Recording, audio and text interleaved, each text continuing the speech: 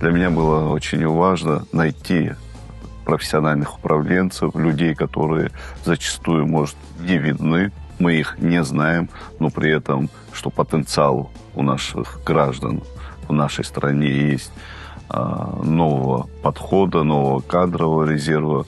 Для меня всегда это было очевидным. Поэтому нами было принято решение именно на основе конкурсного отбора начать формировать новый состав команды, которая реализует очень серьезные задачи. В этом смысле первый сезон конкурса команды Абхазии продемонстрировал этот потенциал.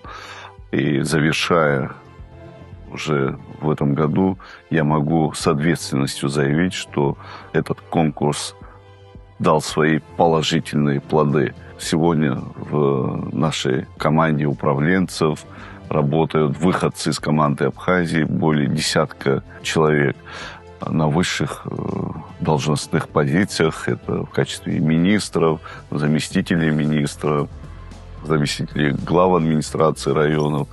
И я уверен, что этот потенциал мы должны наращивать.